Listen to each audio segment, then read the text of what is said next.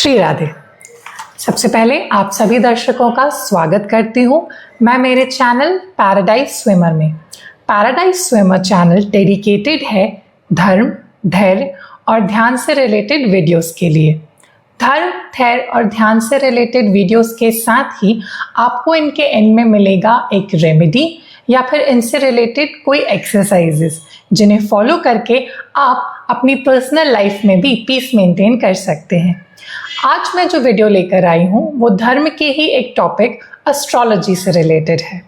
आज मेरे साथ यहाँ पर मिस्टर पुनीत तिवारी हैं।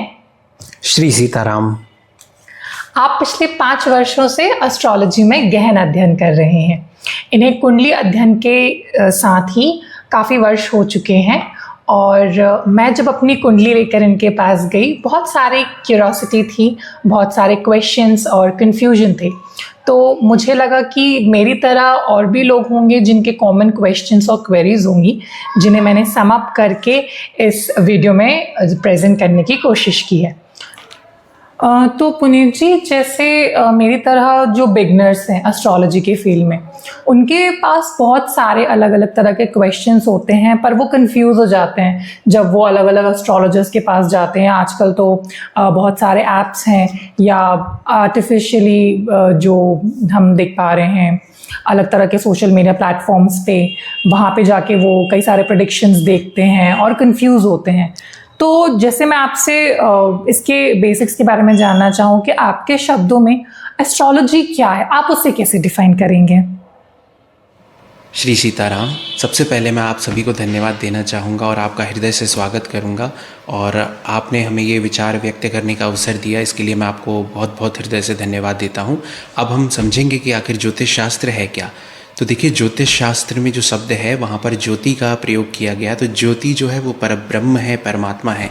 वे ही हमारे जीवन का मार्गदर्शन करते हैं, जहाँ पर पूर्व जन्मों से लेकर के मृत्यु उपरांत हमारे जीवन को मोक्ष प्राप्त हो, इसके अंतर्गत ही ज्योतिष शास्त्र हमारी मार्गदर्शन करता है और हमें भगवत प्राप्ति हो, भगवान की शरण में हम कैसे रहें और हमारे जीवन को किस तरीके से हम भगवत मार्ग में जोड़ें और किस तरीके से हम अपने जीवन का ऐसा दिनचर्या बनाएं और ऐसी नियमावली अपने रखें हमेशा, और अपने सिद्धांतों को इतना मजबूत रखें कि हम अपने जीवन में अपने लक्ष्य को प्राप्त कर सकें। और आपने देखा होगा कि जब भी हमारे जीवन में कोई ना कोई मुश्किल आती है तो हम किसी न किसी तरीके से जब हम ज्योतिष शास्त्र की सहायता लेते हैं तो हमें बहुत ही अच्छा मार्ग प्रशस्त हो जाता है। तो हमें ये बहुत अच्छे से और ध्यान रखकर ये चीज़ों का निर्णय करना चाहिए कि ज्योतिष शास्त्र में, क्योंकि ये बहुत बारीक है और इतना गहन है और इतना इसका प्रभाव है कि आपके जीवन को ये बदलने की पूर्ण क्षमता रखता है। और इसके आधार पर ही अगर हम अपनी दिनचर्या के आधार पर अपनी दिनचर्या को चलाएं तो आप देखिएगा कि आपके कितने जल्दी आपकी चीज़ों में आपको बदलाव महसूस होगा। अब होता क्या है कि जब भी हम अपनी दिनचर्या को बिगाड़ते हैं, जैसे हम सुबह उठ रहे हैं, शाम को सो रहे हैं, जब भी हम किसी भी टाइम अन टाइम, जब शाम को नहीं सोना चाहिए तो हम शाम के समय सो जा रहे हैं, तो ये सारी हमारी जो दिनचर्या में बदलाव है, यही दिनचर्या का बदलाव हमारे जीवन में हमें नुकसान पहुँचाता है। और यही दिनचर्या अगर हम ज्योतिष शास्त्र के अनुसार करें, हमारी जो सुबह से उठने से लेकर के सोने तक और अपना पूरा जीवन इसके आधार पर हम रखें, तो आप देखिए आपके जीवन में कितने बदलाव आपको देखने को मिलेंगे।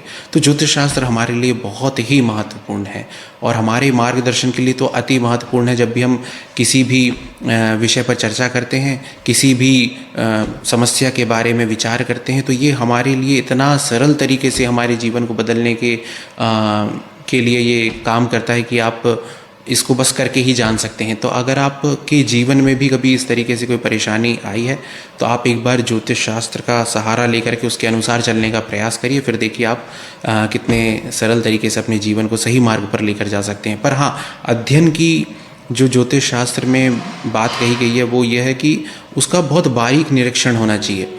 अब हम जब किसी भी चक्र को, लग्न चक्र को या जिस भी चक्र को हम अध्ययन करते हैं, तो हम उसमें बारीकी से अगर अध्ययन नहीं करेंगे तो देखिए आप कहीं भी नहीं पहुंचेंगे और सही तरीके से आपको निर्णय भी उसका कुछ मिल नहीं पाएगा। क्योंकि अगर हम ऊपर से हमने सारी चीज़ों को देख लिया कि यार ये ग्रह, तो उसका बल अलग, हर ग्रह का बल है।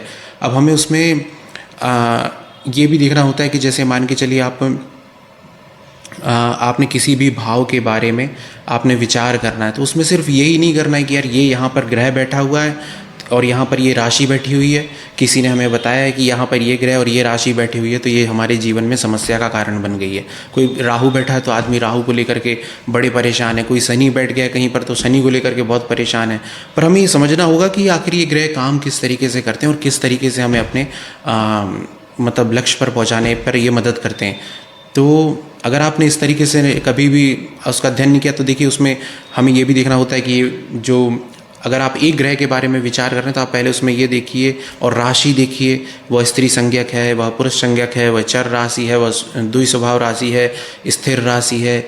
और इसमें ये भी देखना है कि इसकी डिग्री कितनी है। फिर उसके बाद हम ये भी देखेंगे कि अन्य ग्रहों की क्या स्थिति है वहाँ पर, फिर उसका षड में वो उसका बल कितना है।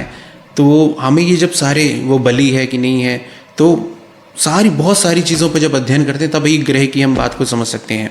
आप सीधा देख करके आप अपने टेंशन में लग जाते हैं कि आपने देख लिया कि यार हमारे इसमें गुरु बैठा है यहाँ पे और गुरु को राहु देख रहा है या फिर हमें शनि देख रहा है तो अब हमारे साथ क्या होगा। तो ऐसा कुछ भी नहीं है। देखिए आप इसके अलावा भी बहुत सारी चीज़ों पर अध्ययन करना पड़ता है, उसके अनुसार ही कोई भी रिजल्ट हम कह सकते हैं या कहना चाहिए हमें। तो ज्योतिष शास्त्र हमारे लिए बहुत ही महत्वपूर्ण है। धन्यवाद। चलिए, ये बहुत अच्छी जानकारी दी आपने एस्ट्रोलॉजी के विषय में।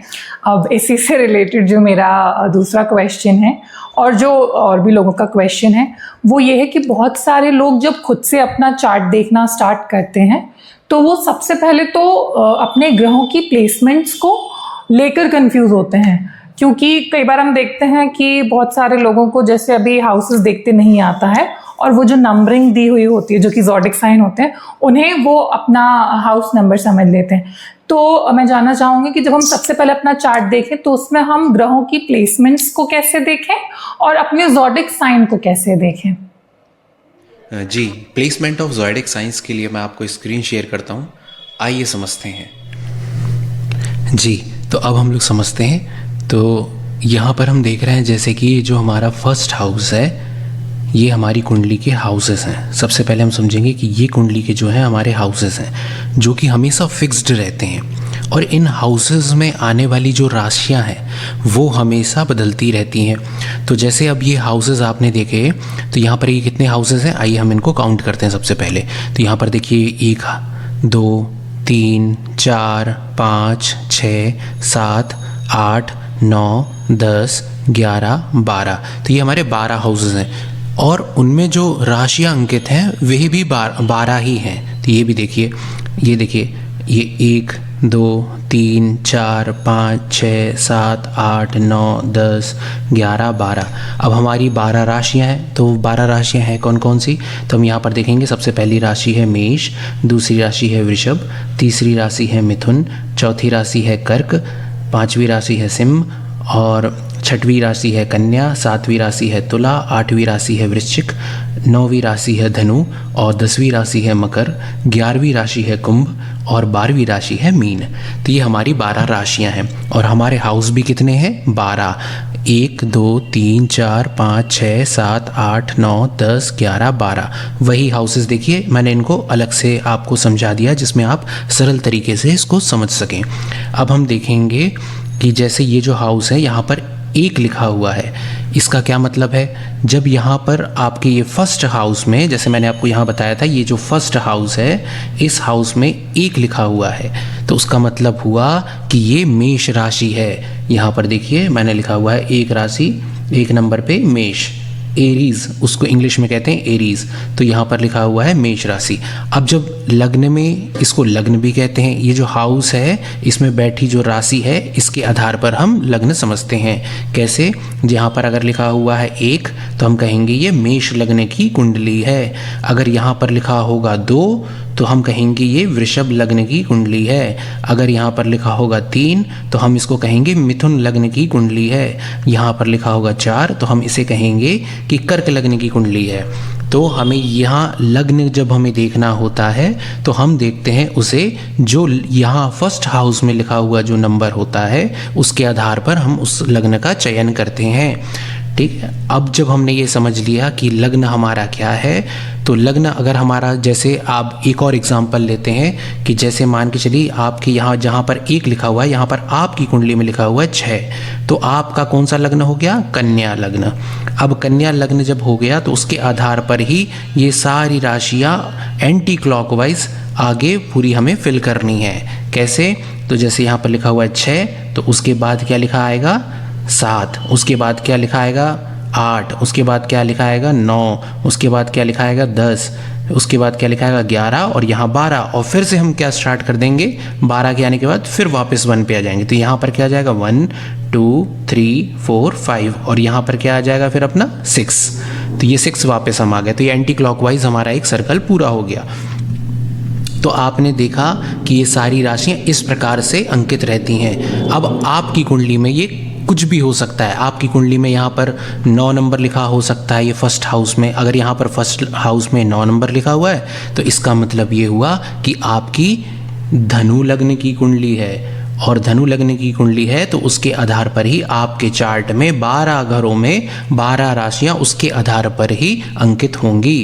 कैसे? कि 9वीं राशि के बाद क्या आता है? 10, तो यहाँ अगर 9 लिखा हुआ है तो यहाँ पे आ जाएगा 10, यहाँ आ जाएगा 11, यहाँ आ जाएगा 12, फिर उसके बाद 12 के बाद क्या आता है? 1, जो कि मेष है। तो फिर यहाँ 1 2 3 4 5 6 7 8, तो ऐसे करके, और फिर यहाँ पर फिर 9। तो ये जब ऐसा अपन सर्कल ये पूरा कंप्लीट हो जाएगा तो ये 12 राशियाँ 12 भावों में अंकित हो गई। इस प्रकार से हमें समझना है। तो आपका लग्न देखने के लिए कितना सरल है कि आप इसमें ये जो नंबर लिखे हुए हैं, आप इस ये जो मैं आपको दिखा रहा हूँ इसको आप स्क्रीनशॉट लेकर रख सकते हैं, तो आपको समझने में बहुत आसानी होगी। अब हम कैसे समझेंगे कि जैसे मान के चलिए आपके इसमें यहाँ पर लिखा हुआ है 4, एक और एग्जांपल ले लेते हैं। अब जैसे आपके ये फर्स्ट हाउस में यहाँ पर लिखा हुआ ये फर्स्ट हाउस है, ये फर्स्ट है, ये सेकंड है, ये third, fourth, fifth, six, seventh, 8, 9, 10, 11, 12, फिर से देख लीजिए। अब आपके यहाँ पर लिखा हुआ है, मान के चलिए यही सेम है, ये यहाँ पर लिखा हुआ है मान के चलिए 4, तो जब यहाँ पर 4 लिखा हुआ है तो हम उसको क्या कहेंगे? यहाँ पर जाना है हमें सीधे, और हम यहाँ पे कहेंगे ये कर्क लग्न की कुंडली है। अब यहाँ पर 4 लिखा होगा तो उसके बाद वाले हाउस में क्या लिखेगा? फिर यहाँ पर देखिए ये 5, फिर उसके बाद वाले में क्या लिखा होगा? 6, उसके बाद 7, 8, 9, 10, 11, 12, 1 2 3 4, ऐसे करके हमें एंटी क्लॉकवाइज इसको काउंट करना स्टार्ट करना है। अब ये काउंट कैसे करते हैं हाउसेस को? कि ये जो पहला है इसको फर्स्ट कहते हैं, ये सेकंड है, ये थर्ड है, ये फोर्थ है, ये फिफ्थ है, ये सिक्स्थ है, ये सेवन्थ है, ये एट्थ है, ये नाइन्थ है, ये 10th है, ये 11th है, ये 12th है। मैंने इसको बार बार आपको समझा दिया जिसमें आप इसको कभी ना भूलें। और ये जो हाउसेस हैं, ये जितने भी हाउसेस हैं, ये जितने हाउसेस आपको दिख रहे हैं यहाँ पर, इसमें मैंने राशियाँ लिखी हुई हैं और इसमें राशियाँ नहीं लिखी हुई हैं। वो समझाने के लिए मैंने आपको इसमें राशियाँ नहीं लिखी हैं। बाकी इसी हाउस में आपको देखना है, इसी चार्ट में आपको देखना है कि यहाँ पर जो बॉक्सेस हैं, ये जो बॉक्सेस हैं, ये इनकी काउंटिंग करनी है आपको इसके आधार पर ही। और ये जो बॉक्सेस हैं ये हमेशा फिक्स्ड रहेंगे, सिर्फ इनमें आने वाली राशियाँ बदलती रहेंगी। बस आपको इतना सिंपल समझना है। और जो भी राशि आपकी फर्स्ट हाउस में लिखी रहेगी वह आपका लग्न कहलाएगा, और उसके बाद से काउंटिंग करते हुए आपको एंटी क्लॉकवाइज सारी राशियाँ अंकित करनी है। That's it. और उसके आधार पर ही आप समझ सकते हैं कि आपकी कुंडली का लग्न क्या है, आपकी राशि क्या है। और राशि देखने के लिए सिंपल होता है कि जब आपका चंद्रमा जिस भी राशि में बैठा होता है वह राशि आपकी जन्म राशि कहलाती है। जैसे मान के चलिए आपका चंद्रमा इन 12 भावों में, अब जैसे ये मेष लग्न की कुंडली है, यहाँ पर 1 लिखा हुआ है तो हम इसको कहेंगे मेष लग्न की कुंडली। अब मान के चलिए आपका चंद्रमा यहाँ पे बैठा है 4 नंबर पे आपके चार्ट में, तो आप उसको क्या कहेंगे कि ये इसकी जो राशि है वो है कर्क राशि। जहाँ पर भी चंद्र भगवान विराजमान होंगे, चंद्र देवता हमारे विराजमान होंगे, हम उसी को समझेंगे कि ये जो राशि है वही हमारी जन्म राशि है। धन्यवाद जी। और मैंने ये देखा है कि बहुत सारे जो लोग हैं जब वो अपना चार्ट या कुंडली लेकर जाते हैं, एक चीज़ जो बहुत सारे लोग जिससे पीड़ित हैं या बहुत सारी कुंडलियों में मैंने देखा है जो कॉमन है, वो है काल सर्प दोष या काल सर्प योग जिसे हम कहते हैं, जहाँ बहुत सारे एस्ट्रोलॉजर्स ये कहते हैं कि आपके सारे ग्रह जो हैं वो राहु और केतु के केंद्र में आ गए हैं। तो क्या ये सच है, या आपके शब्दों में आप कालसर्प योग को कैसे डिफाइन करेंगे? जी, ये जो आपने प्रश्न किया ये बहुत ही महत्वपूर्ण प्रश्न है। प्रायः इससे बहुत से लोग चिंतित हैं। तो आइए हम सबसे पहले समझते हैं कि कालसर्प योग है क्या। हमारी कुंडली में राहु और केतु के जब एक तरफ सारे ग्रह आ जाते हैं उसे हम कालसर्प योग कहते हैं। अब सबसे महत्वपूर्ण बात जानने की यह है कि हमारी प्राचीन परंपरा में कहीं भी, इस बात को आपको बहुत गौर से सुनना पड़ेगा और समझना पड़ेगा।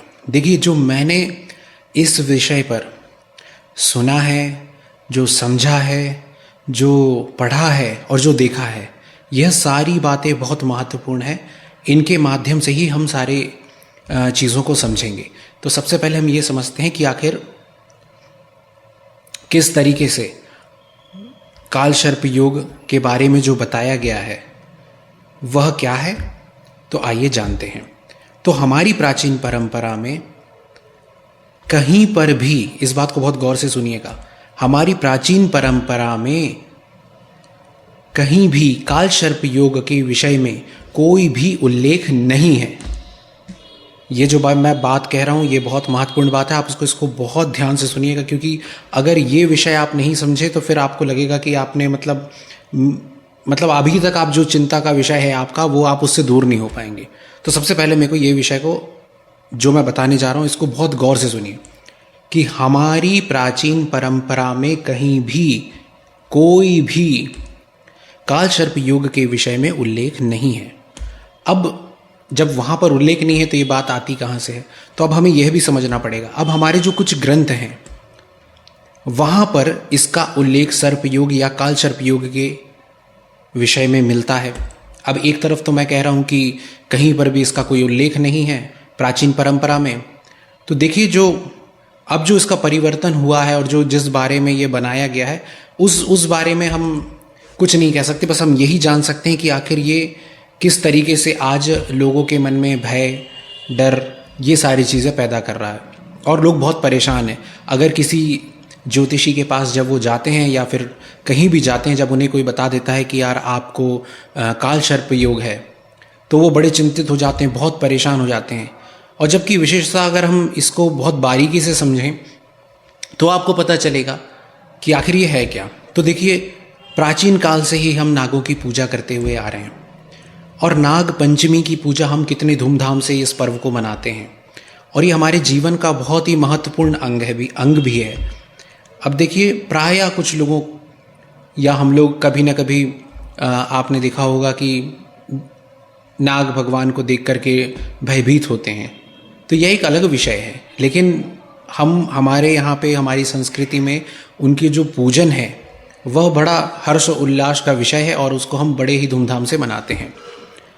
तो अब हम इसको इस प्रकार समझेंगे कि कालसर्प दोष जब राहु और केतु के एक तरफ जब सारे ग्रह आ रहे हैं तो उसे हम कालसर्प योग कह रहे हैं।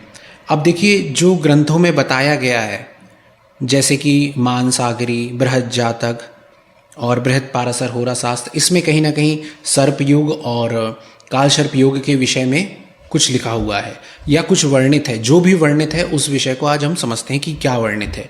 देखिए, कालसर्प दोष वैसे तो 12 प्रकार के हैं मूलतः, और उसके विषय में यह भी बताया गया है कि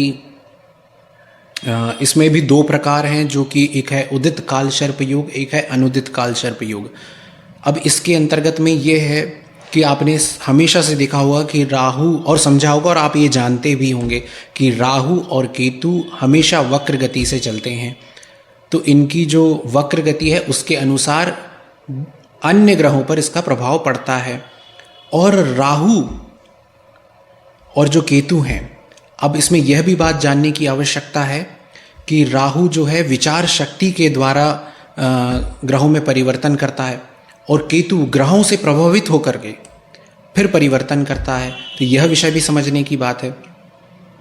तो अब हम जब राहु और केतु के विषय में, और हमारे जो दिन हैं, सप्ताह के 7 दिन हैं, इन दिनों में कहीं पर भी राहु और केतु के लिए कोई दिन नहीं है। क्यों नहीं है? उसका भी रीज़न ये है कि राहु और केतु कोई भौतिक स्वरूप में मौजूद नहीं है। तो अब आखिर ये प्रभाव डाल कैसे रहा है, ये लोगों को प्रायः चिंता रहेगी कि यार भाई, हमें तो किसी ने बता दिया है कि मतलब हमारी कुंडली में मतलब काल सर्प योग है और हम बहुत दिन से परेशान हैं। तो देखिए, सिर्फ एक योग के या फिर इस चीज़ के होने की वजह से ही आपकी ज़िंदगी में कोई परेशानी उत्पन्न हुई है, इसका कोई कारण नहीं है। देखिए, इस बात को गौर से समझना होगा। हमारे जो प्रारब्ध हैं उनके अनुसार ही हमें जीवन में कुछ ना कुछ भोगना पड़ता है, उसके आधार पर ही हम अपने जीवन में भोगते हैं। अब आप काल सर्प को सिर्फ इस बात पर लेकर के अगर आप दोष ठहराएं कि नहीं, मेरी कुंडली में काल सर्प दोष है और ये सारी चीज़ें इसके द्वारा ही घटित हो रही हैं और इन सारी चीज़ों से हम बहुत परेशान चल रहे हैं, तो ऐसा बिल्कुल भी नहीं है। और आपकी ये चिंता करना बिल्कुल भी सही नहीं है। बिल्कुल आपको इन सारी चीज़ों से दूर रहना चाहिए। कहीं पर भी कोई आपको भय नहीं होना चाहिए कि आपकी कुंडली में काल सर्प दोष है, क्योंकि जब हमारी प्राचीन परंपरा में कहीं इसका उल्लेख हमें मिलता ही नहीं है कि कोई काल सर्प योग के विषय में नहीं है। अब जहाँ पर जो थोड़ा बहुत दिया भी गया, तो देखिए, प्रायः कुंडली में बहुत सारे योग होते हैं। सिर्फ एक कुंडली को सिर्फ इस आधार पर तय कर लेना कि यार हमारी कुंडली में काल सर्प योग है तो हम बहुत परेशान, ये गलत है, पूर्णतः गलत है। क्योंकि कुंडली में अब जैसे मान के चलिए, एक योग के एक विषय पर एग्जाम्पल ले लेते हैं। जैसे मान के चलिए आपकी कुंडली में गज केसरी योग है, तो वह भी है और काल सर्प योग भी है, तो क्या गज केसरी हार गया क्या उससे? ये किस तरीके का प्रश्न है? ये कहीं भी शोभाजनक नहीं है कि एक योग यहाँ पर है, एक योग ये है, तो हम दोनों योगों की तुलना में एक योग को इतना बढ़ा करके कर दे रहे हैं कि वो सारी चीज़ों को बाकी चीज़ें हम साइड में रख दे रहे हैं। तो ऐसा नहीं है। तो अब सबसे बड़ा यहाँ पर यह है कि जैसे आपने ये समझ लिया कि आपकी कुंडली में काल सर्प योग है, आपको किसी ने बता दिया, तो सबसे पहला विषय कि आप उससे डरना छोड़ें कि ऐसा कोई भी योग आपको परेशान नहीं कर सकता है, क्योंकि इसके अलावा भी हमें कुंडली में बहुत सारी चीज़ें देखना पड़ेगी।